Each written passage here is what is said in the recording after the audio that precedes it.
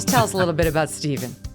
Well, first of all, thank you, Megan, and thank you for all the years that you've allowed me to tell my brother's story. It has meant the world to me. My brother was a New York City firefighter who, on September 11th, 2001, he just finished his night tour in Squad 1 in Brooklyn. As a matter of fact, I was just there less than an hour ago. And he was on his way home to play golf with myself, my brother George, my brother Russ, and he heard on his radio scanner that the towers were hit. So he turned his truck around, called his wife up, Sally, and said, "Hey, tell my brothers I'll try to catch up with them later." Went to his firehouse, got his gear, and drove to the mouth of the Brooklyn Battery Tunnel. Now, for those who might not know, that tunnel connects Brooklyn with downtown Manhattan. It's nearly 2 miles long.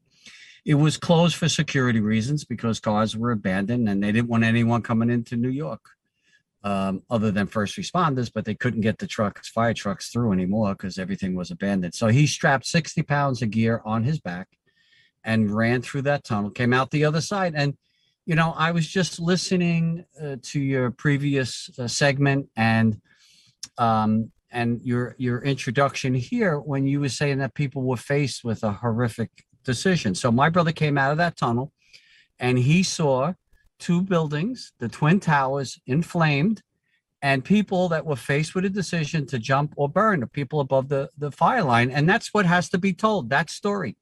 But my brother went into what we believe was the South Tower. He was never recovered, but his other Squad 1 buddies all died in the South Tower. So that's where we believe he was. You would want to fight this fire with your people you train with every single day. And he gave up his life, and he so inspired his older siblings, and Stephen was the youngest of 7, that we started a foundation called the Tunnel to Towers Foundation in his honor and the honor of all those who perished that day, but most certainly our first responders. It's so moving to think about this 34-year-old guy, father of 5 kids. How many kids did he have, Frank? 5 kids. Five kids. Trying to get back to the site of danger. His shift was over. I mean, honestly, there are some people in the world who would have said, my shift is over. And when faced with not being able to get through the tunnel, strapping the 60 pounds of gear on his back and running for it, saying, no, I will be the one who gets there. I will be the one who runs into the burning building. And the stories are that the firefighters, the first responders, a lot of them hugged one another before they went into those buildings. And they knew very well that they could be climbing those stairs to their death. But they did it by the hundreds, Frank, by the hundreds, to try to save others. Well, it's very emotional even just hearing you say that, because we filmed about 75 different stories this year, Megan, of the stories of the 9/11. And to almost every one of them, these firefighters did hug each other and said, "Hey, bro, I don't know if I'm going to see you after today." So they knew the possibility that they weren't coming out was very high, and yet they still went in there. I mean, if that's not a hero, we don't have any in this world. Mm-hmm. And thank God we do have them here in America, and we better always take care of these heroes when they do things like this. So my brother Stephen, I couldn't be more proud of him and what he did. And that's why our foundation, it's a very simple mission. We want to first make sure we never forget, and we want to honor the sacrifice, and then we honor the sacrifice by doing good. And Megan, we're doing good for these great American families that pay the ultimate sacrifice for our freedom, whether they serve for our country or for our community, and they leave young families behind. So, and you've been a part of it for a long time. I'm very proud to be a part of it and associated with you guys. It must be said, police too on that day ran into the buildings, and that's one of the hard thing about seeing them demonized as a group. It's like the cops I remember are the ones who ran into those burning buildings alongside Stephen. They're not all good, but they're not all bad either. It's one of the terrible things that's happened in our current society is there's these swaths of people demonized as awful when it's not true. But can you tell me, because if you do the Tunnel to Towers run, because they do it every year, Frank's organization, you can go and you can actually do the run that Stephen Siller did. You see Iraq and Afghanistan vets, guys who have no legs doing this run. And I'm telling you, you want to feel something about your country. You want to feel proud of your countrymen. You go there and you see these guys. it takes everything they've got inside of them. They're sweating, they're gritting it out. They don't complain. Everyone stands. When those guys cross the finish line, the cheers are deafening. Everyone is just roaring for them.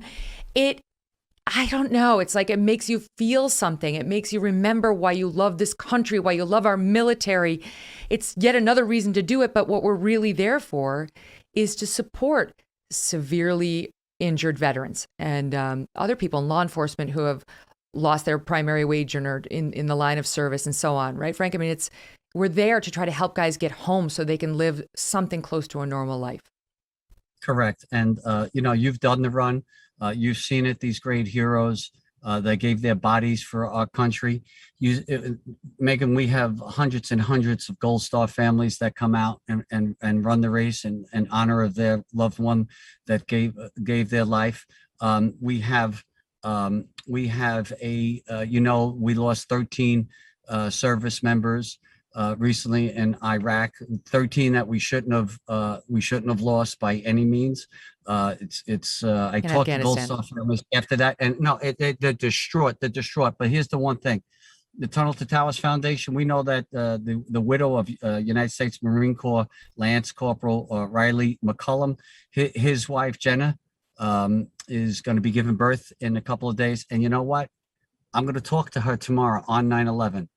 And I'm going to tell her, and she knows already, but I'm going to speak to her that we're going to deliver her a mortgage-free home. And I don't know if she has a home yet. And if she doesn't, we're going to build her one. She's only 20 years old, so I doubt she has a home. So we're going to build her a mortgage-free home. And that's what the Tunnel to Towers Foundation does. We want to be there for these great families that die for you and I. And you talk about police officers. Let me tell you something. I've been around police officers all my life, but most certainly the last 20 years. Yeah, there are very few ones that are not good, but 99.9% are beautiful, and they're willing to die for us every single day. And many times they do. And you know what? Instead of spitting on the ground, some Americans do when they see them, they should kiss the ground they go on, because without them, we have no society. And so we take care of those, the families that are left behind, the first responders also that die for us, and pay off their mortgages as well.